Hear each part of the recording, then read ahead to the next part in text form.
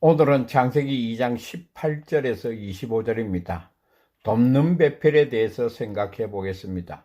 창세기 1장 1절에서 2장 3절은 창조의 첫 번째 기록입니다. 이어서 창세기 2장 4절에서 25절은 창조의 두 번째 기록입니다. 두 기록은 서로 많은 차이가 있습니다. 첫째는 하나님의 이름, 신명이 다릅니다.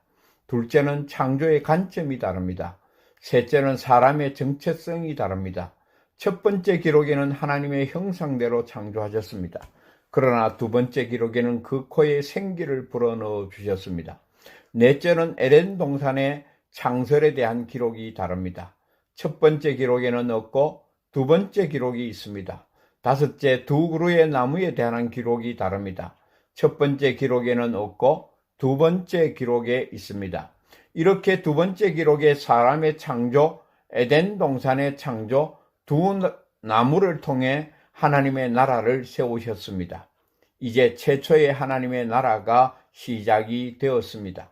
그것도 하나님 자신이 왕으로 통치하시고 임재하신 하나님의 나라가 시작되었습니다. 그런데 두 번째 창조 기록은 이것으로 끝나지 않습니다. 이제 창세기 2장 18절 이하에서 사람인 여자의 창조에 대해서 말씀하고 있습니다. 이것은 창세기 1장 27절과 28절에 생육하고 번성하여 땅에 충만하고 땅을 정복하고 모든 생물을 다스리라는 축복을 누리기 위해서 남자 혼자만 아니라 돕는 배필로 여자가 필요했습니다. 그래서 먼저 돕는 배필인 여자를 창조했습니다. 하나님은 사람이 혼자 사는 것이 좋지 않다고 했습니다. 남자를 위하여 돕는 배필을 지어주시기로 하셨습니다. 여자를 가리켜 돕는 배필이라고 했습니다.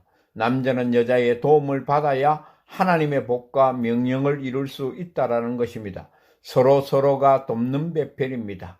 그러면서 창세기 2장 19절에서 20절에서 처음으로 아담이라는 이름이 기록되고 있습니다.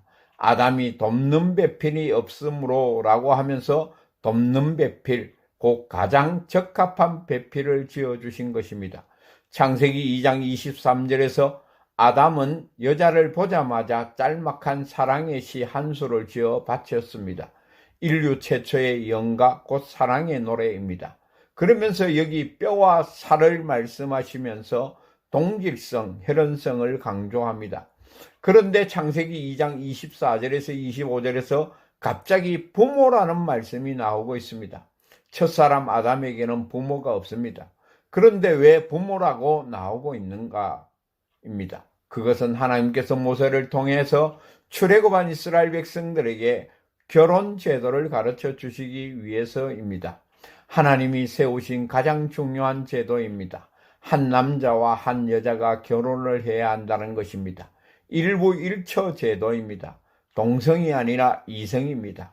그리고 부모를 떠나 아내와 연합해야 한다는 것입니다. 한 몸을 이루어야 한다는 것입니다. 부부는 한 몸입니다. 하나입니다.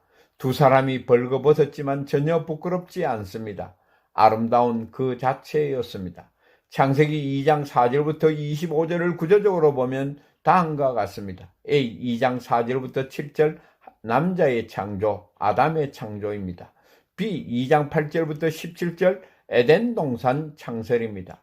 A-2장 18절에서 25절 여자의 창조 돕는 배필입니다. 창세기 2장 4절부터 17절은 창세기 2장의 중심부로 세 가지를 말씀하고 있습니다. 첫째는 흙으로 사람을 창조했음을 말씀하고 있습니다. 둘째는 에덴 동산을 창설했음을 말씀하고 있습니다. 셋째는 그 에덴 동산에 두 그루의 나무를 세웠음을 말씀하고 있습니다. 이로써 백성 영토 주권이 이루어지므로 하나님의 나라가 세워지고 있습니다. 이러한 하나님의 나라에 하나님께서 세우신 두 가지 제도가 있습니다. 하나는 안식일 제도입니다. 다른 하나는 결혼 제도입니다. 이렇게 하나님께서 결혼 제도를 통해서 하나님의 가정을 이루고 하나님의 나라를 세워가고자 하십니다. 그것도 천상이 아닌 지상의 에덴적 교회를 세우시기를 원하고 있습니다.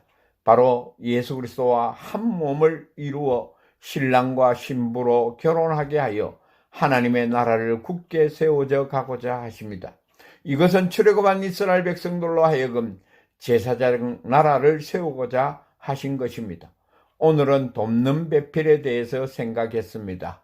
감사합니다. 다음 시간에 또 뵙겠습니다.